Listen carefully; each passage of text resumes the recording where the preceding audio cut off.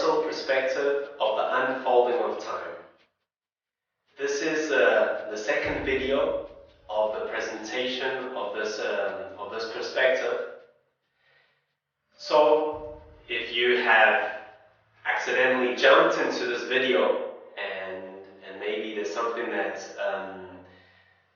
you resonate with or you feel interested, well, I recommend you to go to the first video to see that introduction, which is going to be important and is going to be the base of what I'm going to be explaining here. So, let's do a very, very short summary of what was explained in the first video. We talked about the difference between an original universe and an unfolded universe, okay?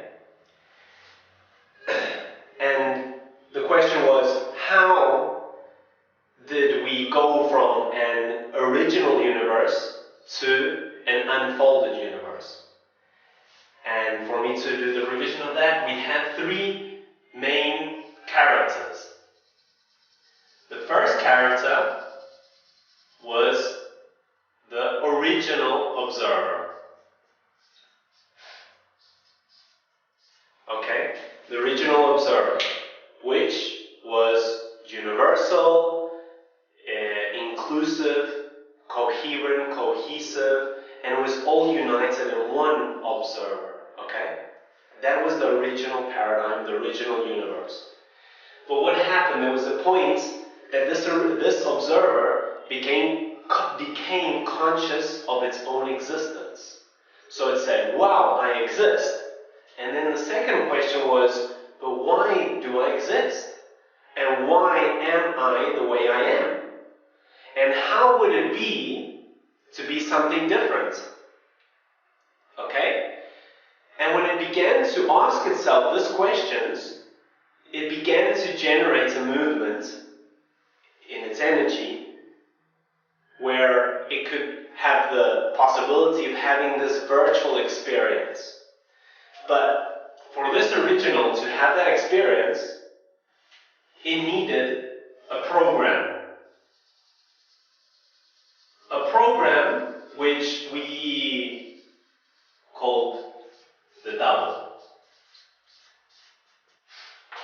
Yes, the double. This program would allow, what would be the main function of this program? The main function would be to experience how it would be to be separate, the separation. Because here it was indivisible, but from here it became divisible. But remember, the real, authentic truth is that it was indivisible. So it needed a program of separation, and then it needed, let's say, the experience of that program, yes? And we could call this the unfolded observer. And these were the three main characters to explain how we went from an original universe or an original paradigm to an unfolded universal paradigm. Okay? And in this process, there were two main movements. There was one movement coming down. And this movement coming down, what did it represent? It was the original asking itself those questions and creating that program to be able to have that experience. So it is the original coming down to have the experience of what is not. Okay? So here, it's going to go through the experience, but there's going to be a point where those questions go through experience and it's going to reach the answers. And these answers have to be returned back to its initial point. This, we called it the maximum past. or the observers of the maximum past, and this we call it the maximum future, or the observers of the maximum future. So, the ones that bring down and experience the question, the ones that return the answers, okay? And to be able to do all this, when it's open, this process, is what we call the time opening. And the time opening is the length of time that this initial observer takes or expects to take to be able to do this whole process. And the amount of time that is 25,000 years. Approximately, yes? 25,000 years. Remember that time is the separation of the past, the question, and the future, the answer. And we said that this whole process was like a magnifying glass, because here everything was just in perfect harmony, coherence, and cohesiveness. Universal and inclusive. But really it was so united together, everything, that it didn't understand why. And it didn't understand exactly its existence. It didn't have a version of its own existence. So what it had to do was apply a distortion, like a magnifying glass with a cell, where everything is all united together, to be able to see it separate. And when you see it separate, you can understand its parts. And when you understand its parts, you understand how it functions. And when you understand how it functions, you've got a version of that cell. And that's exactly what happens in this time opening. Okay? Perfect. So, this was a very brief summary of the concepts I explained in the first video. Now let's go to continue. Let's continue to explain what we call the stencil.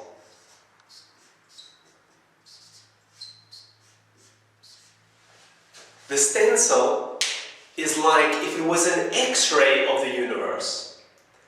It was an X-ray of the unconscious levels of the universe. Unconscious to us, many of them. And the way that we're going to be applying this is through different planes of existence. And if you remember, we said that the main characteristic of this original observer was light and sound. And if we are able to do a separation of light and sound, we have 7 different types of colors which create the spectrum, and we have 7 notes, 7 musical tones. In the same way, here we're going to have 7 planes. Alright? Really, we have 7 planes in the unfoldment, but then we have 3 extra planes. So in total we have 10. But let's start with these first 7 planes. Okay? So, good. Let's take this unfolded, this double, okay? And now we're not going to go from the top bottom, we're going to go from the bottom to the top to understand all these planes, alright? So the first plane we're going to have is the plane that's right at the bottom. This we're going to call it plane 1, or the first observer, okay? The first observer. And what is characteristic of this first plane? This plane is what we could call matter. Matter. Or the physical and biological plane. Yes? The physical and biological plane, which was the plane where this original could experience a virtual experience of how it would be to not be itself. Remember? Through the unfolded character. Good. So in this first plane and in this first observer, we have the maximum past, as I said before. And this maximum past, the observers of the maximum past, are the ones that are going to have the original distortion. So the maximum past is going to be, the characteristic of it is the original distortion. And if we remember, the original distortion was this idea of separation. And the idea that what is interesting and what is good is outside. Because what was interesting and what the original ones was outside, it became a reality. So then it had this idea that it had to get air out from outside and put it inside, food from outside and put it inside, air, etc., etc. So the characteristic of this maximum past is survival. Okay? Survival. And this maximum past had those initial questions. Then we go through the experience, and then we have what we call the maximum future. The maximum future were the answers to all these questions. Yes? So, the way that the maximum past is going to work is very different to the way that the maximum future is going to work. Because the maximum past works through the logic of the unfoldment. Yes? That means existence comes before purpose. To understand this, imagine the amoeba or the evolution of the biological plane. What has been the main criteria to survive, to procreate, to keep on existing? But really it doesn't know why. Because it hasn't got the answers why, it hasn't got the purpose. And the purpose is here in the maximum future. Okay? Here I understand why we go through this experience. So the logic of the maximum future is connected to the return back to the original. It has the logic of the purpose comes before existence. Good? So that would be the first plane. Then after, we have plane 2, or the second observer.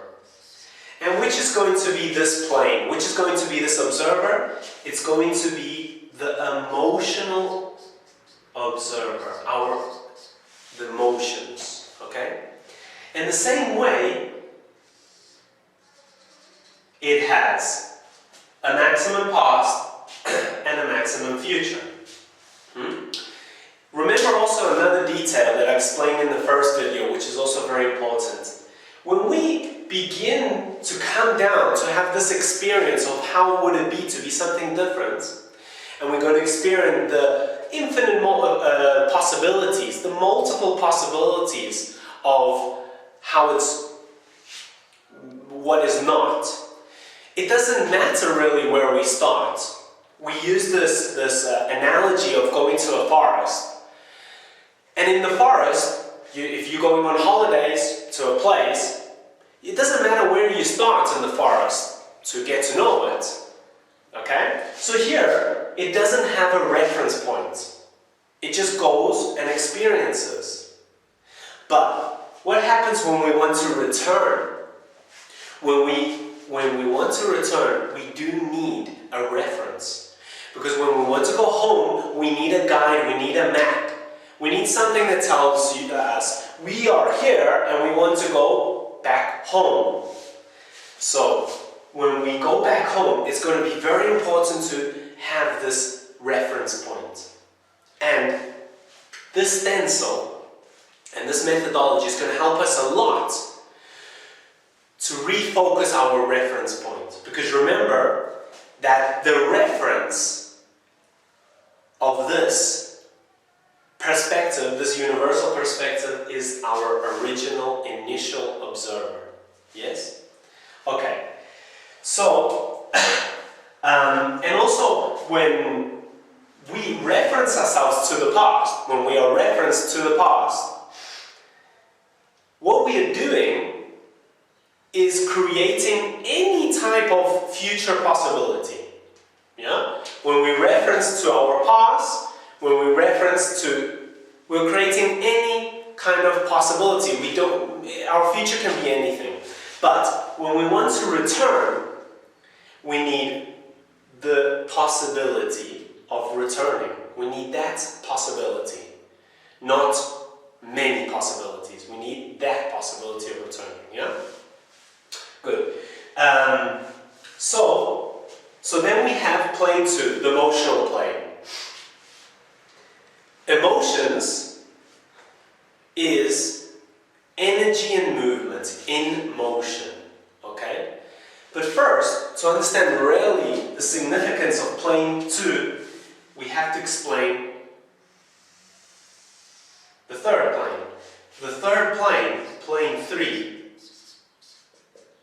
is the mental plane. Is the mental plane. And this also has a maximum past and a maximum future. Good. And these 3 planes are very well understood by the unfolded character.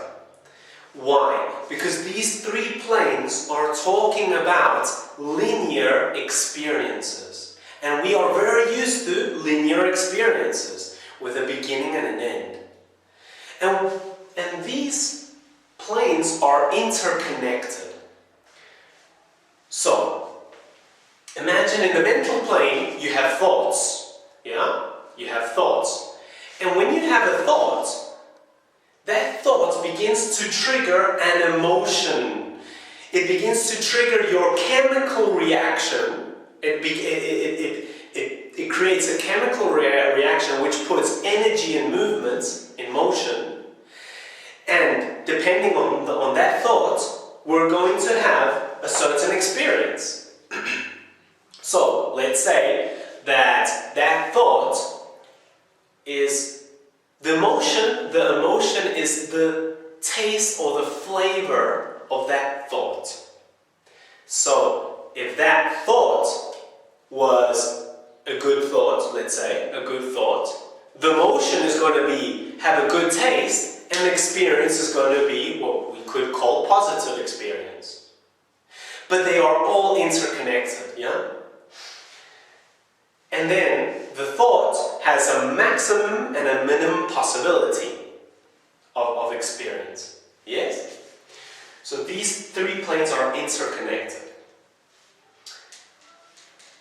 And of course, like I said, in all of them, there is the maximum past of the questions, and here is the answers. The question, the answer, the question, the answer. And they're going to be interrelated, yeah?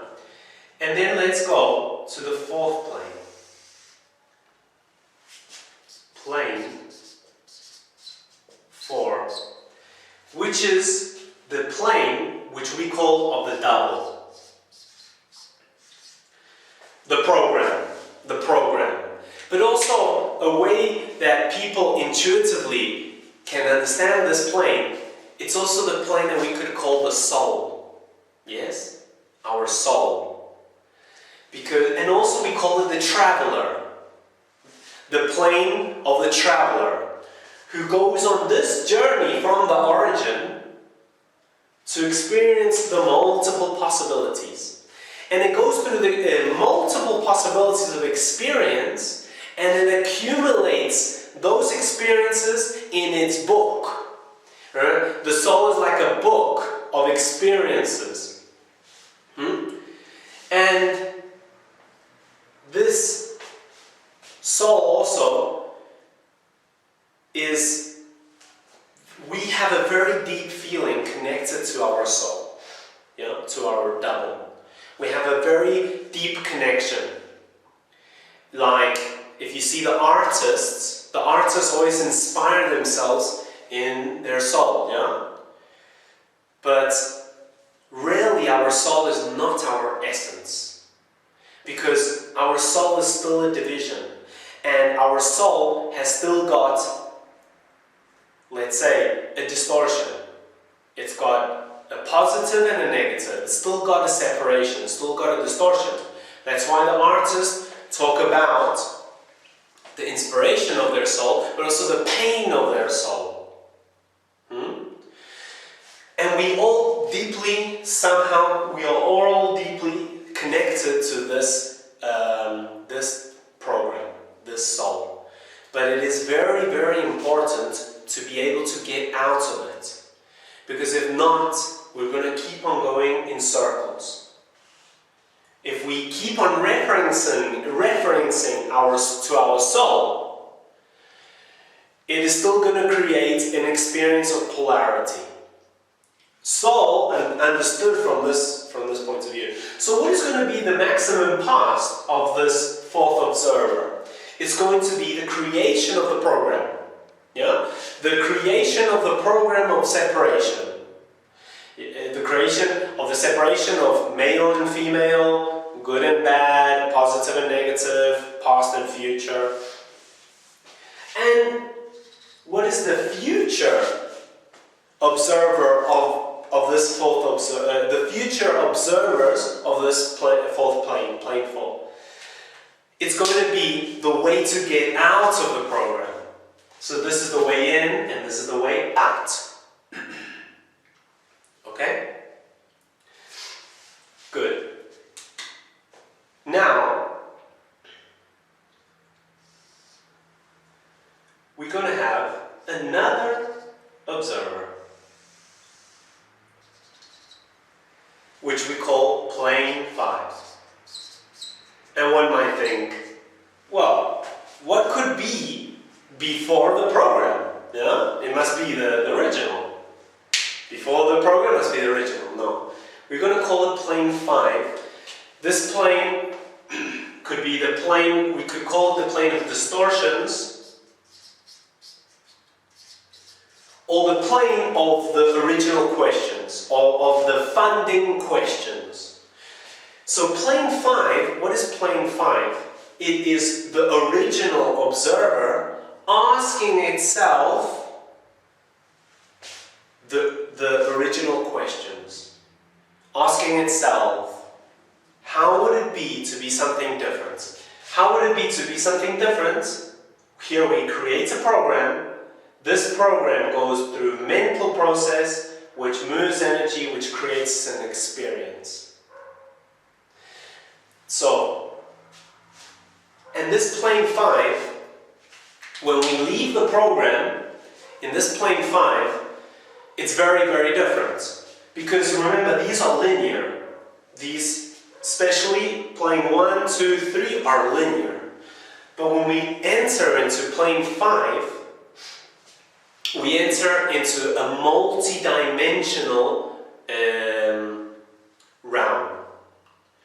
So, what we call maybe past lives or parallel lives, or no more than all the questions asked in plane 5, okay? So plane 5 has a multiple possibilities of going on this journey. Yes? And which are these possibilities? Well, we'll explain right now. So this also has a maximum past, let's call it that way, and a maximum future.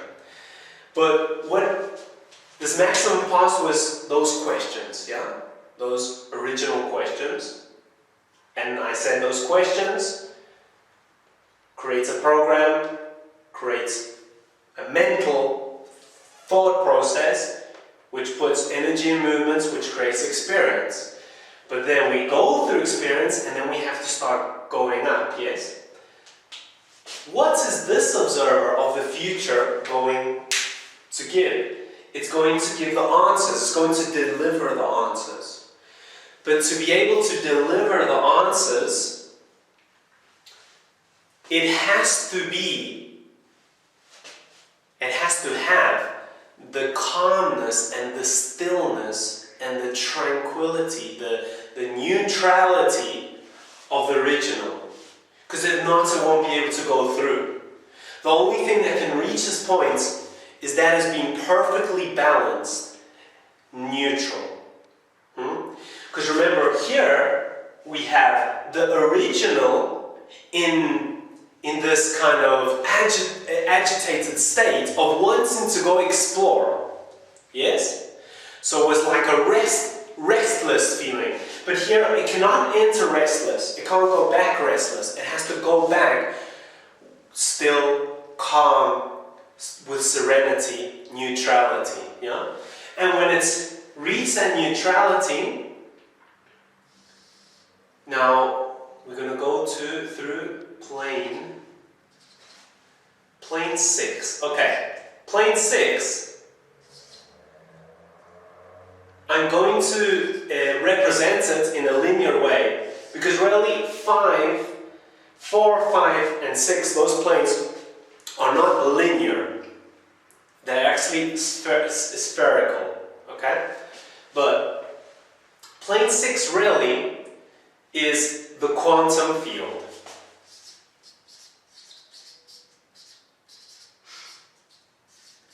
And this quantum field is the ring that surrounds the original, yeah? It's this ring. But if we take this ring and we, let's say, break the circle and we extend it into a line, we can find it this way, okay? But now in this plane 6, in this quantum field, the sixth observer, so once we have this calmness, the serenity of the original, and we can go past and go through into the membrane of plane 6. Here, in a quantum field, we do not talk about past.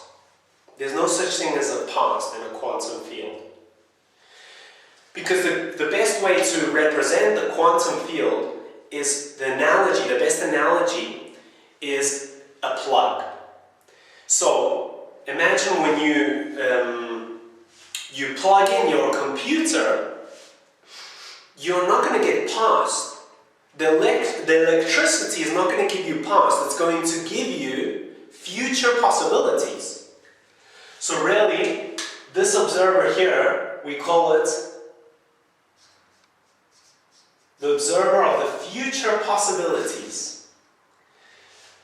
So the original asks itself a question, and where does it have the energy to make this program exist? It gets it from the quantum field. This energy is the one that surrounds the original observer. The original observer is an information which is universal, coherent, cohesive. Yes? But it gets to be able to create this program through these questions, it needs to get to plug itself into this quantum field.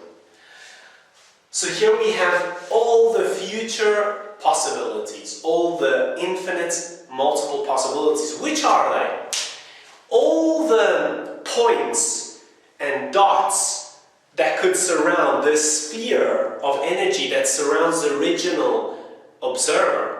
Each of those are going to be a possibility, a future possibility. Okay? But what happens here? Okay, so here we have possibilities of experiences. But here, when we want to go back to the original, yes, when we want to go back to the original, we cannot choose multiple possibilities. There's only one possibility. So that possibility is here. So from an infinite amount of possibilities, we choose one. We choose to go back home. Yes? We choose to go back home. Here, we choose to go back home, which is our original essence. And what happens when we go back home, when we enter into the original, okay? What would be the plane 7? Plane 7 is the plane of the original. But if we are returning and we are entering into the original, the only thing that can go through, the only thing that can go back through is water. Water is where all these experiences are stored, because water is the best crystal to store information. We know that now, yes? But of course, that water has to be balanced in the plane 5. It has to be balanced. And here, it has to choose this possibility of return. And then there's a mix of water. So, to explain also a way to see this is that we have a 7 that goes down and a 7 that returns. But a 7 and a 7, a double 7. And when they reunite, what do we have here? That could symbolize the unification of the male and female principle. It could also look like a hourglass. And what it is, what we can call this is the unification of the water of experience and the water of life.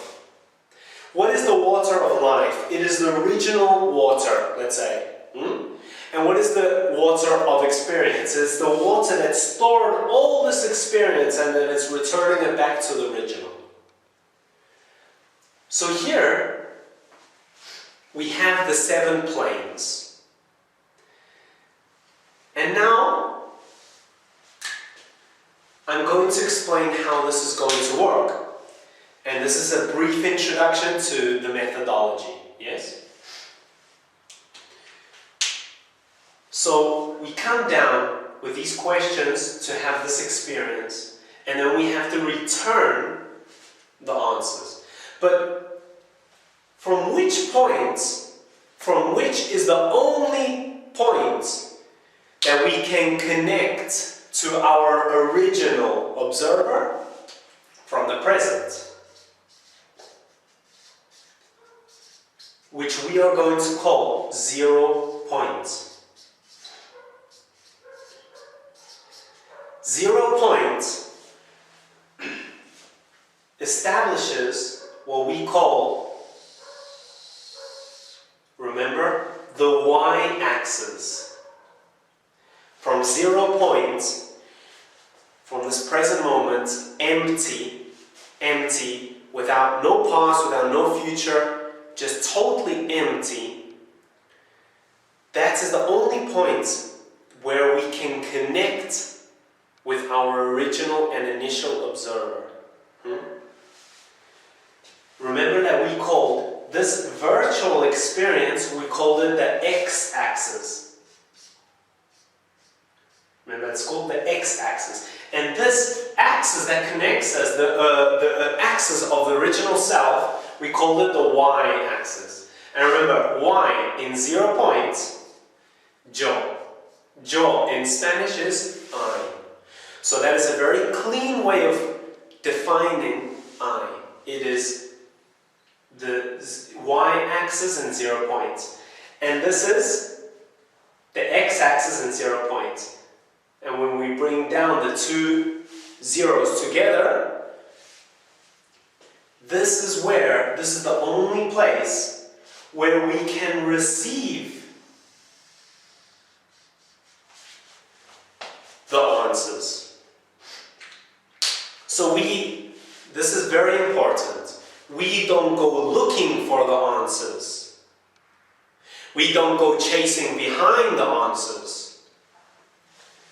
We've been doing that for a long time. No, what we do is we stay in 0 point, which is empty, has no past, no future.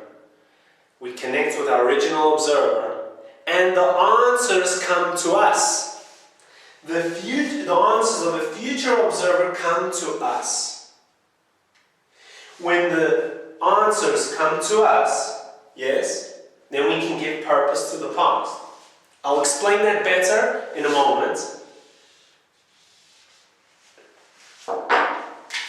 So, this one connecting here. So when we stay in 0 point, we can get these answers. We get these answers. We get these answers. We get the way out of the program. We get the answers to the original questions, and especially in this point we get the stillness, the calmness, the serenity to be able to enter and penetrate that membrane of the quantum field. And in the quantum field, we have to choose that possibility of returning. When we choose that possibility of returning, we enter into the original, where the water of experience mixes with the water of life. And that's where we deliver our work, our version of how things are and are not to our original observer. So these would be the first 7 planes. And after we will continue explaining the following 3 planes that are left.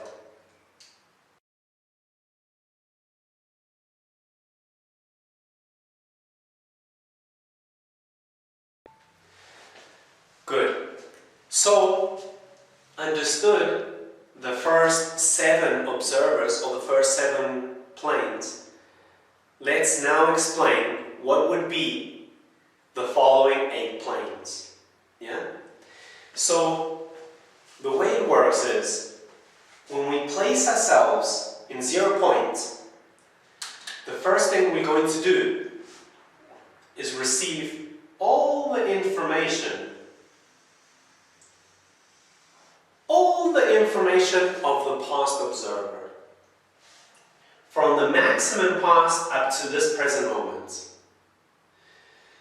When we do that, we're going to deliver this past to the maximum future.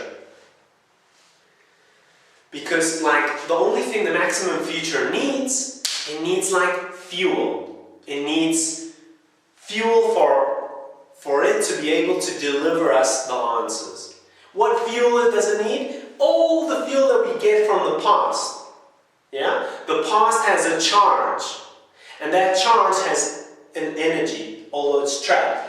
And we're going to deliver all that information to the maximum future.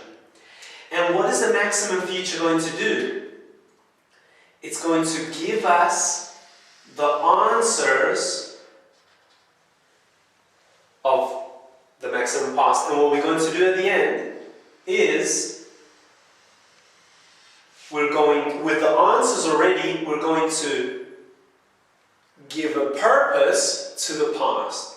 When we give a purpose to the past, the charge that it had, that gravitational charge that it had, that was pulling us down, it begins to dissipate. It begins to drain through. And what happens is that the past, the present, and the future become balanced.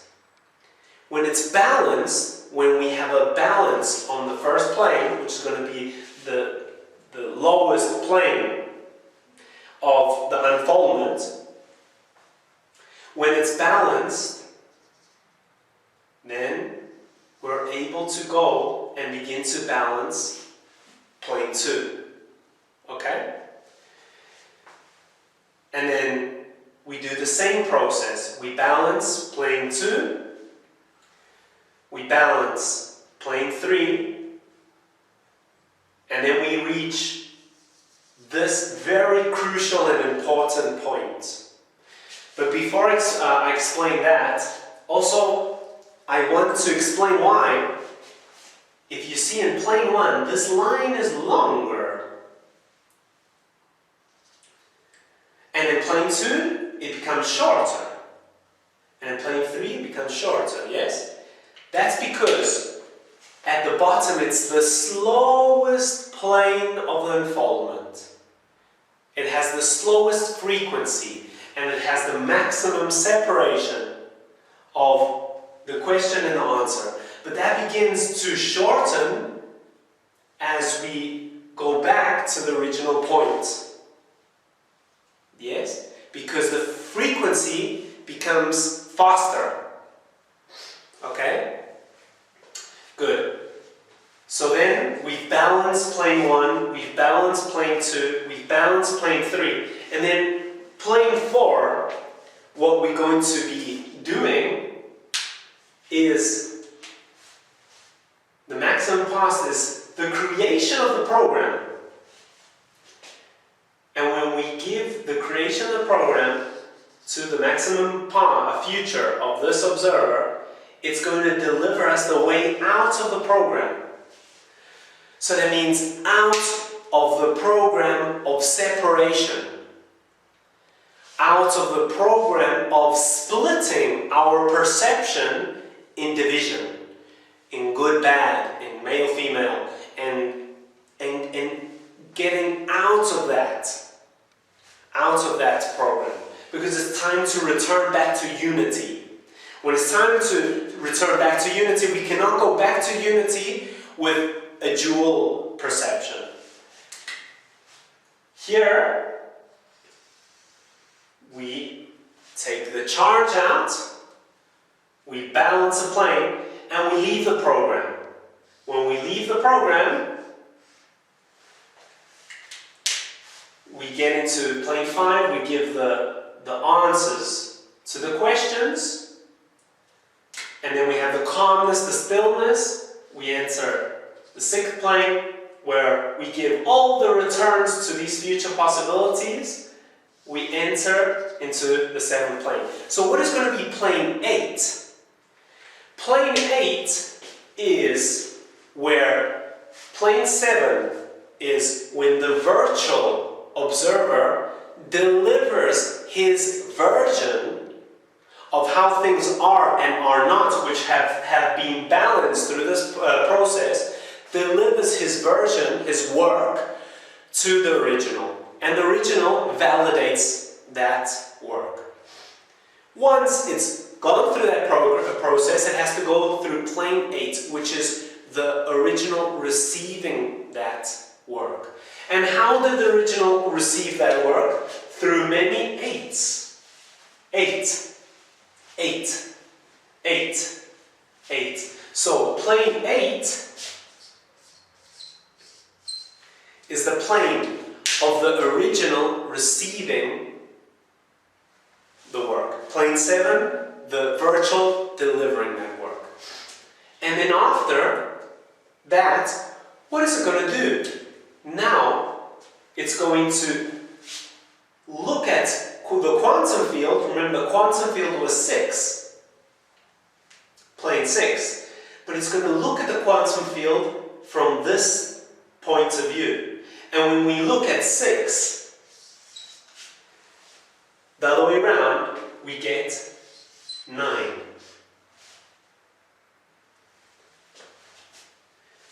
9, plane 9 is the original, which is going to go down through the quantum field, but not to unfold itself, not to go have an experience. It's going to go down 9 to be able to manifest itself. And it's going to go down to manifest itself. It's going to go down like lightning. And remember that before we said that the virtual character, the virtual observer, was 0.1.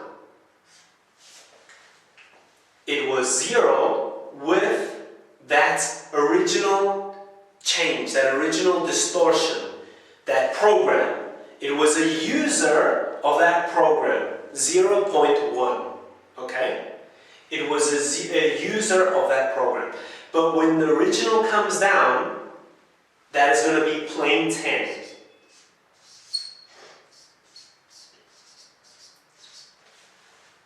That's going to be plane 10. And it's the opposite. When it manifests, it is the opposite logic to when it comes down for an experience. Because when it comes down for an experience, it does not have a version of itself. It does not have a purpose of itself. But when it comes down to manifest, it comes to manifest with a purpose, with a version, which is coherent, cohesive, universal, and inclusive. Okay? So these are the 10 planes.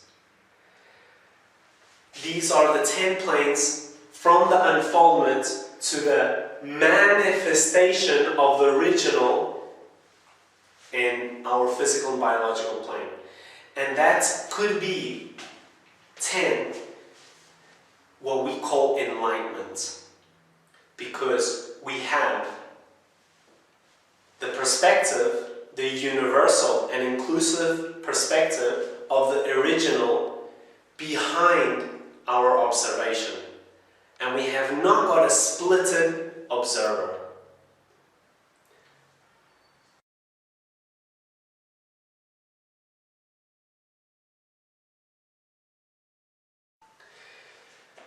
So, I just explained to you the stencil.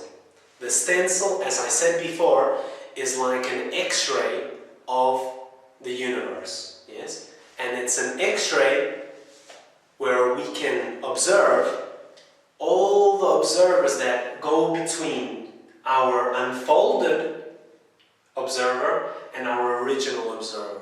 And what are the steps between one and the other, and how they are all interconnected from the original to the unfolded. Now, I'm going to explain how the methodology works. This is not going to be a guide of the methodology. This is going to be the explanation of the instructions, the explanation of how does it work. But if you want to actually practice the methodology, you can find available already, I'll leave a link where you can download the guide of each plane, okay? So, how is this going to work?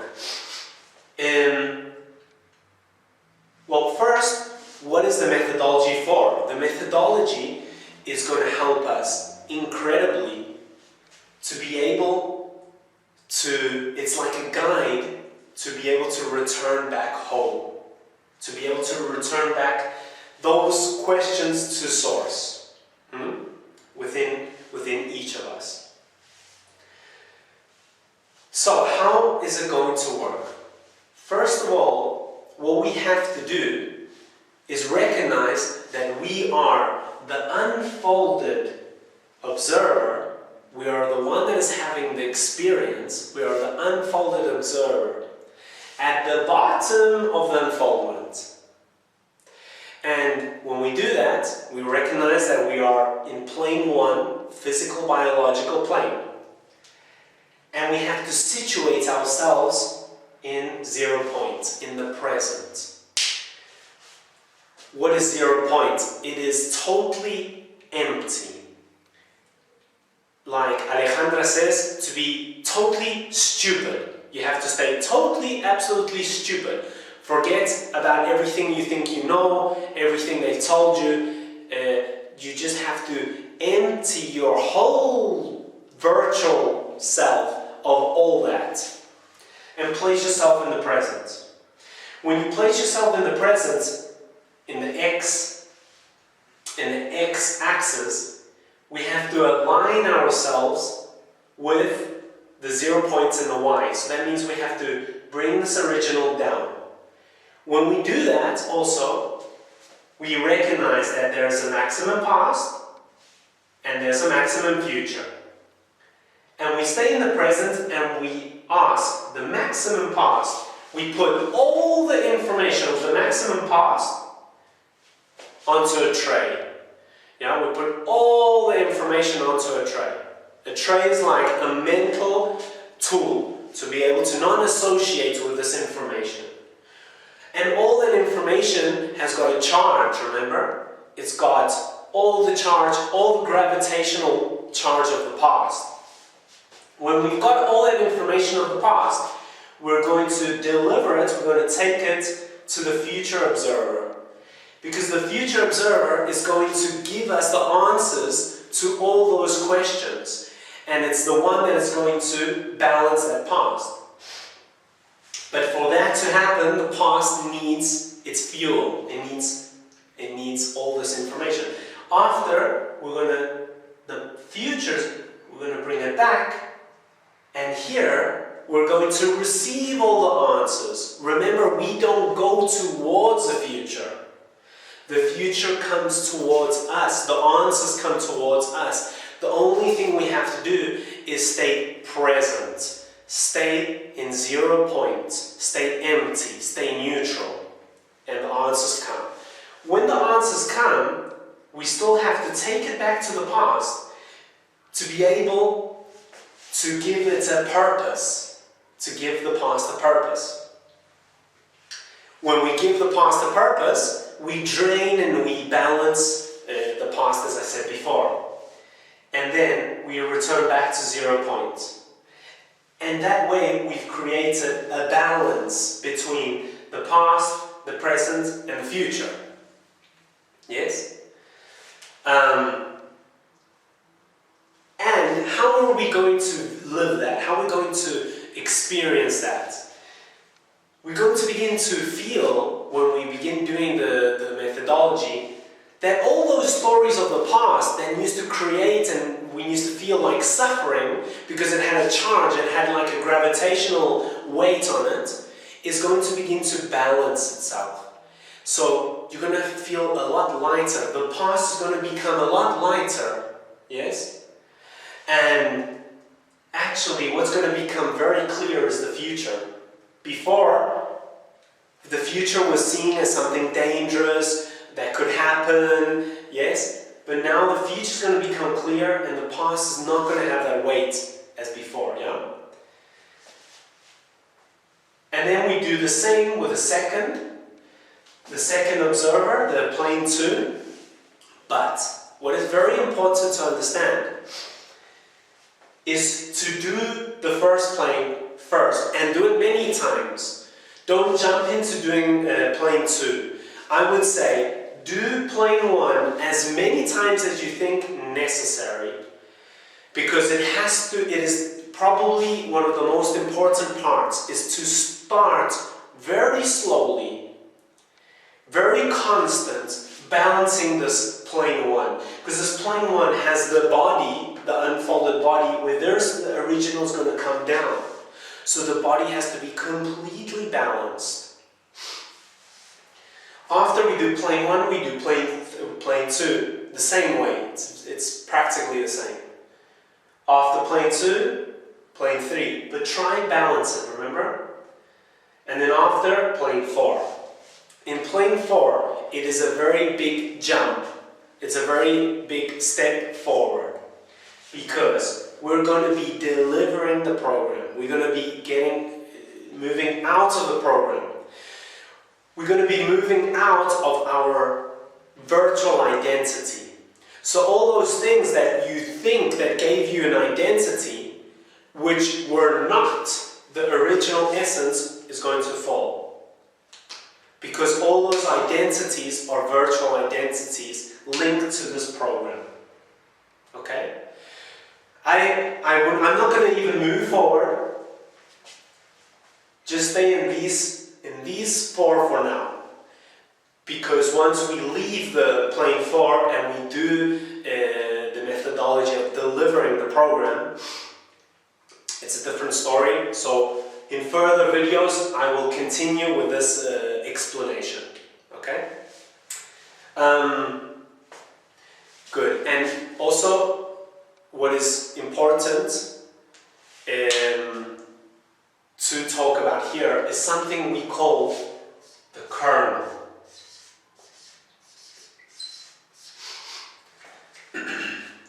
The kernel is the base program which sustains the distortion. It is the program which is going to limit our possibilities, and nothing that is not fitting to the kernel, when the program, this base program is activated, is going to have any possible manifestation. So, first we do a normal, but then after we're going to be delivering the kernel, the base program, and each plane has a base program up to the 4th plane. From the 5th plane up, there's no program, because all the programs were created from here below. This program is going to control us through instinct, remember? And if this program is activated, we are not going to be able to receive the pure answers through intuition. It's going to filter our intuition through the possibilities of our instincts, which are controlled by the kernel, by this program. So the second time we do it, we're going to be delivering the base program of each plane. When we deliver this program, this observer here is going to redefine the past and deactivate that program. How are we going to be experiencing and living that? Well, this program controls us through reactions, our reactive body. So, for example, if you're going in a car, and a car's coming, you're going to move, or if you're watching a horror movie and you're going to get frightened, okay? And it's because of this instinct of survival, which comes from this kernel. But what happens when we deactivate it? It's like we are not going to react anymore. There are those situations that before made us react. Now we're not going to react. We're going to observe it from a neutral standpoint, from neutrality. Remember, when we are able to stay an observer through neutral eyes, we connect with our original being. Okay? So to deactivate this kernel is very important. Very, very important. And that more or less is going to be the instructions, the guide of the methodology. And at the end, the methodology is allowing us to reconnect with our reference points. Why? To deliver the answers and to be able to allow this original observer to come down and manifest itself here. But to be able to come down and manifest itself here, it's going to have a balanced body with balanced emotions, balanced thoughts.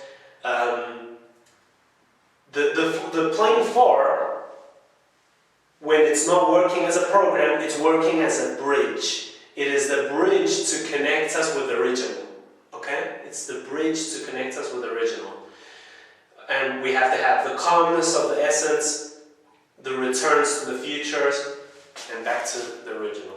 So that is what the methodology is for, and that is how it works.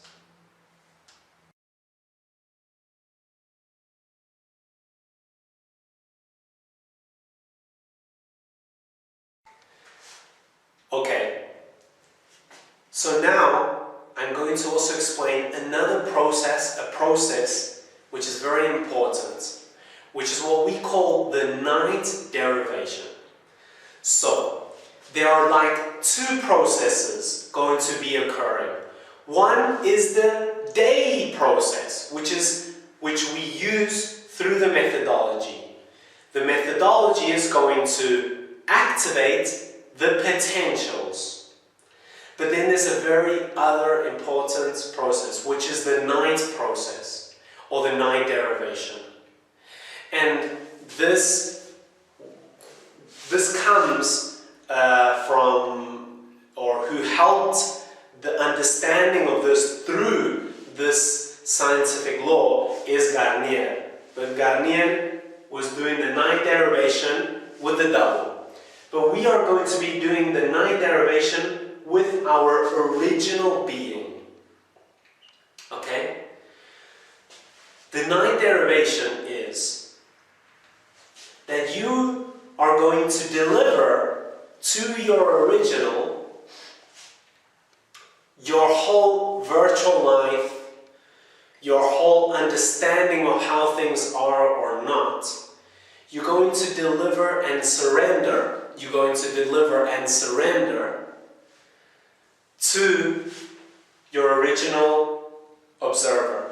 It's kind of saying, who is the observer who you want to be informed through? Which is the observer who's going to inform you of reality? And what you're going to do at night is you're going to say, I want my original, essential, initial, universal, inclusive observer to inform me of reality. And it's also, this night derivation is a process which helps us to organize our unconscious. So it helps us to organize and balance each plane. So first, when we do this night derivation, we're going to start with plane 1. And when we do the night derivation of plane 1, how long is it going to take to organize our plane 1, the physical and biological plane? It's going to take 39 days. The famous quarantine. Why 39 days? Well, imagine we have a pizza of 12 portions. 12 is a very significant number. 12 means unity, 12 months in the year, 12 signs of the zodiac, etc.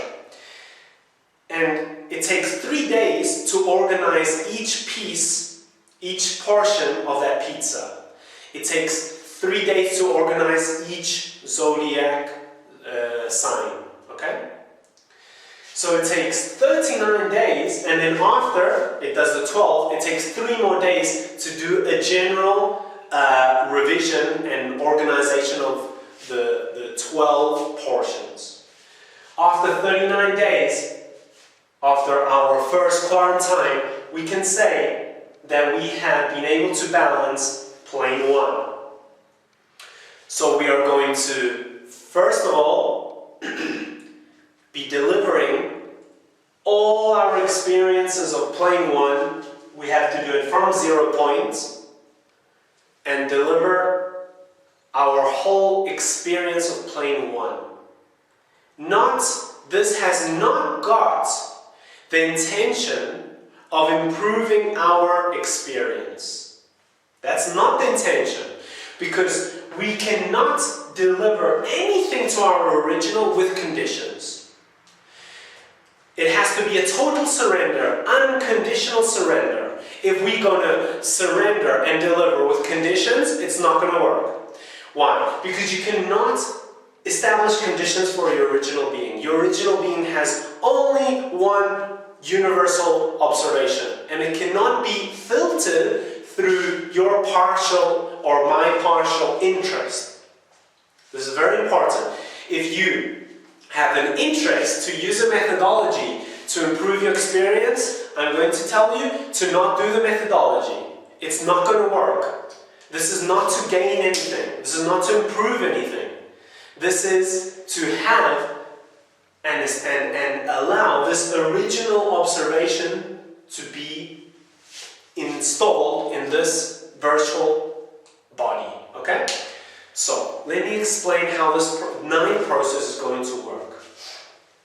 First, we recognize again that we are in the unfoldment. We are the unfolded observer. And we place ourselves in the present, in 0 point, in the neutral standpoint. From there, we recognize that we have a double, a soul, which connects with our original. Why is this one important? Because this one is the bridge. This one is the bridge to be able to connect with our original observer, okay?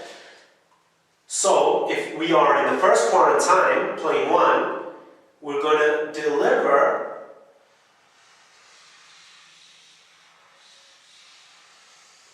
all our experiences of plane 1.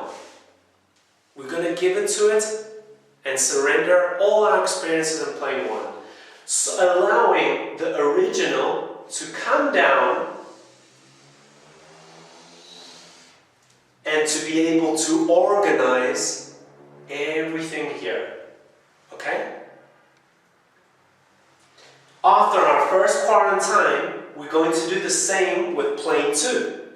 So it's going to organize our emotional experience. Then in plane 3, it's going to organize our mental plane. Organize means it's going to organize it through its logic. Through the logic and the observation of the original observer. Okay? In the fourth quarantine, we're going to be delivering the program. We're going to be delivering all our identity, our identity with the virtual experience. All that I have identified ourselves with, all of the program, we're going to deliver it. And we're going to come out of that program. The fourth quarantine is very important. Yes? The fourth quarantine is very important. As the practice of the fourth plane, the practice of the methodology of the fourth plane. Then in the fifth quarantine, we're going to be delivering the answers of the questions. Yes? We're going to be delivering the distortion. Yeah? In the 0 point here is, because this is the plane of distortions, here we are able to see the distortion without no distortion. And in the sixth quarantine, we're going to be delivering all the future possibilities to be able to receive all the returns to those possibilities. And then when we reach the seventh quarantine, it is our virtual delivering its version, its work, which is already being balanced to the original. As I said before, the eighth quarantine, the original receiving that work of the virtual observer. The 9 is the manifestation, and 10 is the entry and the full installation of the original within the virtual. So, we have these two practices. We have a daily practice, which is the methodology, and we have a ninth practice, which is the ninth derivation, where in both cases we are recognizing our original essence, for that original essence to install within us the universal, inclusive, coherent, cohesive, indivisible, inclusive observation of reality. So, thanks a lot, and I will be uploading more videos. Remember that this information, you can find it already available through the videos of Alejandra Casado, which I have translated into English, and you can find all this information already available. Also, we have a Facebook page and an email where you can get in contact with us. And if you have any questions, any doubts, well, you can get through to us that way. And we will be in contact very soon. Thanks a lot.